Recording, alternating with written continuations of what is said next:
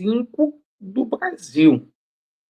O Vasco indo ao mercado para ficar forte e ter um time competitivo para disputar de igual para igual todas as competições. A gente vai falar sobre 3 jogadores nesta edição.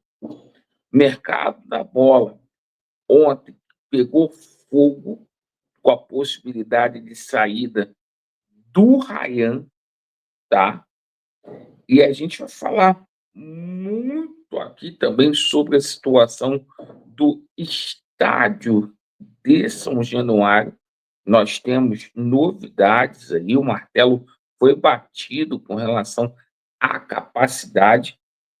Vão passar o estado clínico de 2 jogadores que estavam a preocupar a gente. E vamos falar sobre Vasco da Gama e Grêmio, porque o Fernando Diniz está fechando a preparação hoje, na parte da manhã, e o Vasco viaja para Porto Alegre para o jogo de amanhã, às 21h30, na parte da tarde.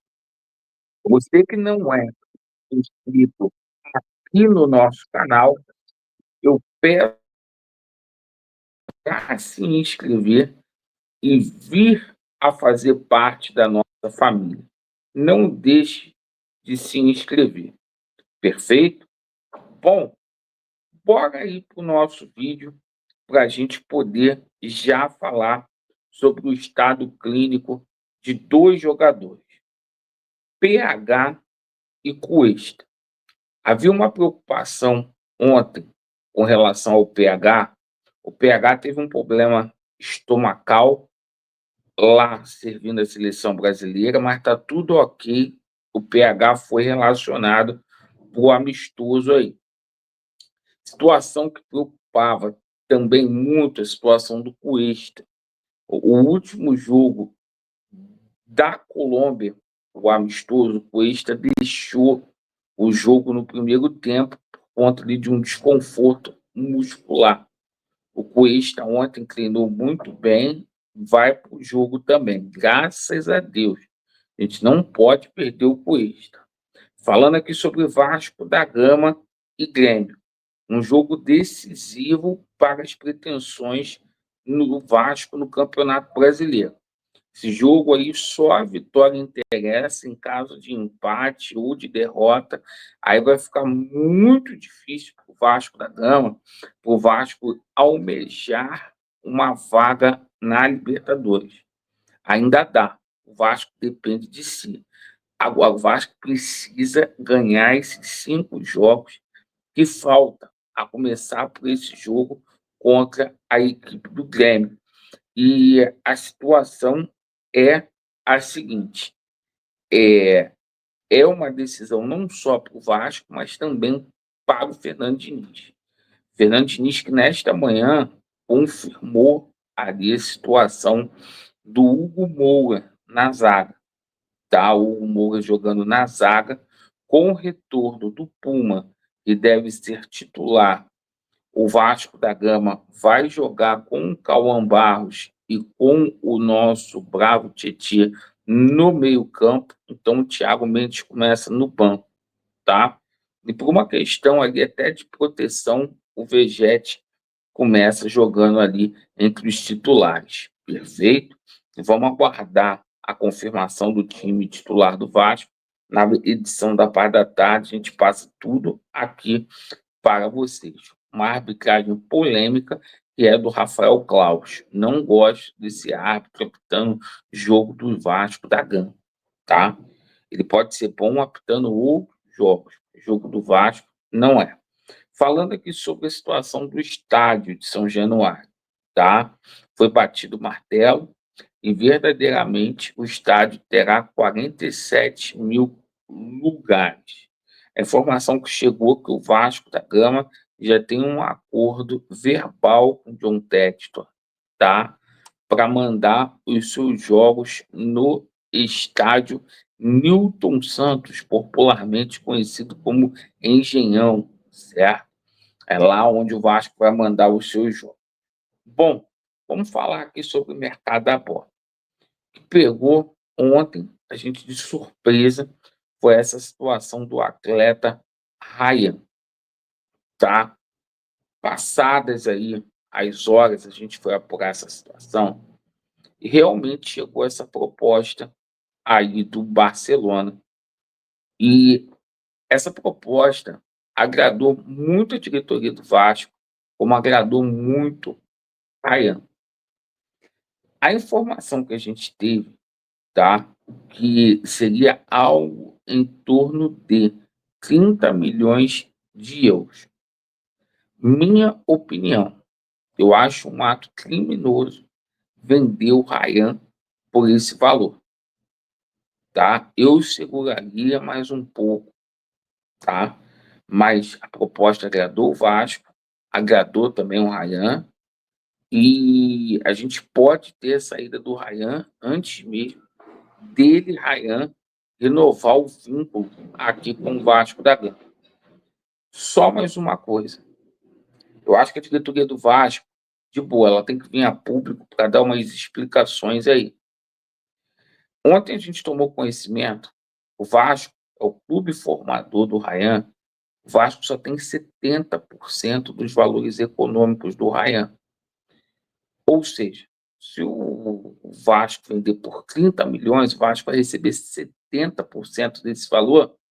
Não. Paz, meus senhores. Ainda tem uma cláusula que, se verdadeiramente o Ryan for vendido, o Vasco tem que fazer o repasse de mais 10% para o empresário do Ryan. O Vasco só vai receber 60% desse valor. Os lacradores não falam sobre isso, a diretoria também não se posiciona sobre. E aí, essa saída do Ryan é iminente.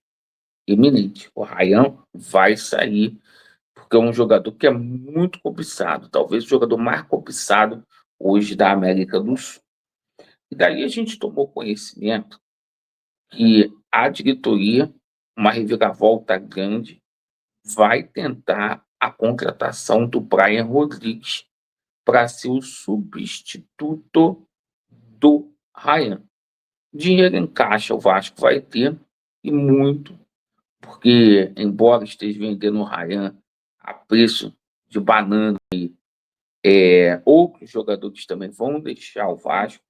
Tem informação que o Brian Rodrigues, que recentemente renovou o seu vínculo aí com o América do México, está no radar para ser o substituto, é o favorito para substituir o Ryan, esse belíssimo jogador aí de seleção uruguaia.